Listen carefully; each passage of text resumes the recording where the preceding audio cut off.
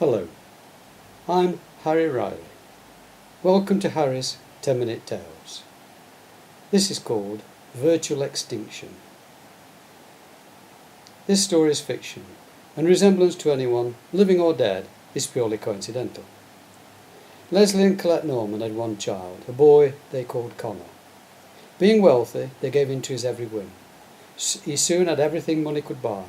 In spite of this, he grew up to be a disappointment to them both. Unlike his father, he was fat and lazy, and had no interest in sports or outdoor pursuits. He would eat without any show of appetite, but because he needed to gorge. His school reports made the most dismal reading. Teachers were unanimous that he was a complete waste of space, showing no interest in any subject at all. In short, he possessed no social skills and could not mix with the other kids. Extra private tuition was tried, but the most brilliant professors gave up in despair. Nobody could find out what made this boy tick. He would lie on his bed and eat and stare blankly at the ceiling for hours at a time. A succession of medical experts failed to diagnose any specific underlying illness or disease, and then just after his 14th birthday he was referred to Sir Godfrey Jordan, an eminent neurologist. X-rays and a series of tests were carried out on his brain, and his parents were quizzed as to his previous medical history. They were able to confirm he had nearly drowned as a toddler when he had slipped and fallen into a fast-flowing river. It was the quick thinking of his mother that had saved him. She dashed ahead and grabbed a handful of his coat just as his tiny body was being swept away round the bend. He'd been seconds from death in the weir. He'd recovered well from his ordeal, and the big lump on his head had gone down quite fast, leaving no apparent ill effects. This confirmed the specialist's theory that some latent brain damage had occurred. Sir Godfrey was currently trialling a revolutionary course of treatment, and if Connor's parents were willing, he proposed to include the boy in his tests. The mainstay of this therapy was a powerful drug, and they were warned that once started there would be no turning back until the course was completed. They both signed their agreement. 6 months later they were back to square one, and Sir Godfrey admitted failure. He said there was one last thing he could try, but it was a long shot, with no guarantee of success. A previous patient had responded well, and he was ready to give it a go.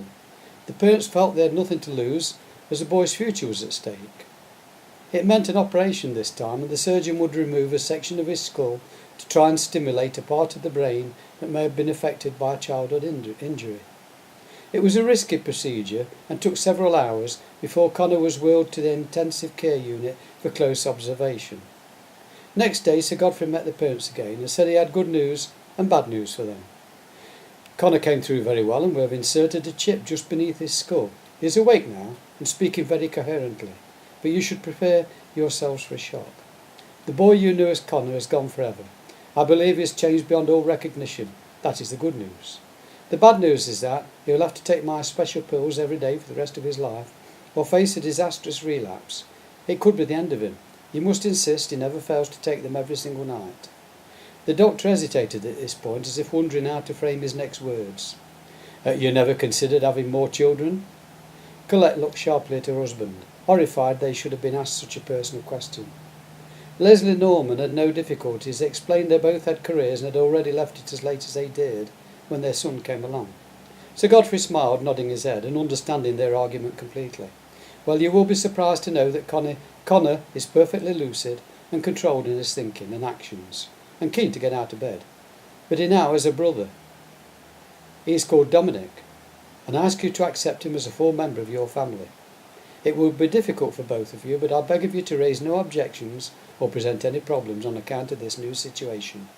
Connor's mind is in a very fragile state, and he is perfectly normal in everything else. You mean like a virtual friend? We've heard of that sort of thing. Yes, and in this case, Connor has created a brother, possibly a brother he always wanted. We have already tested his mental agility, and it is equivalent to a Mensa IQ level of 200, which is very high. It was all there, locked up in his brain, just waiting to be triggered off. The parents were left alone for the next hour to absorb this strange development, and there was much grinding of teeth and sucking in of breath from them both before they were allowed in to see their son. Connor was sitting up in bed and reading the Holy Bible. This in itself was a revelation, as he had never so much as picked up a book voluntarily before. He smiled as his eyes peered over the top of the family edition. Hi Mum, hi Dad. Just been reading the New Testament.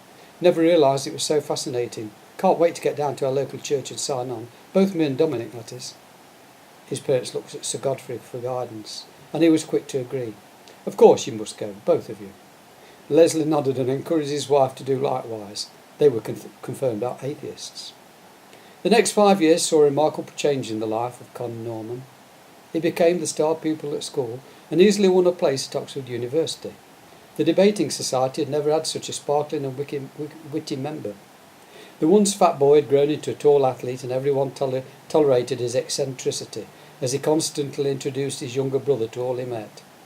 Connor Norman became a Bachelor of Science, and it was the night after celebrating his achievement that Dominic died. Connor had gone to bed a little bit tipsy and had forgotten to take his pills. He slept in late the next day, and after waking started to stuff his face, gorging on food and declaring in a thick voice that he hated everything and everybody. His mother remembered Sir Godfrey's apocalyptic words. He must never ever miss a single night without his pills, or it will be the end of him. Leslie tried another tack. "What about poor Dominic? He'll be very disappointed if you let him down. He so looks up to you, you know." Connor stared his father straight in the eye and spluttered between mouthfuls of chocolate mousse. "Dominic is dead. Extinct. I killed him last night when I deliberately stopped taking those damned awful pills." Several months later, Sir Godfrey got a surprise call from Leslie Norman. "Can you please find another brother for Connor, as Dominic is dead and gone?" End.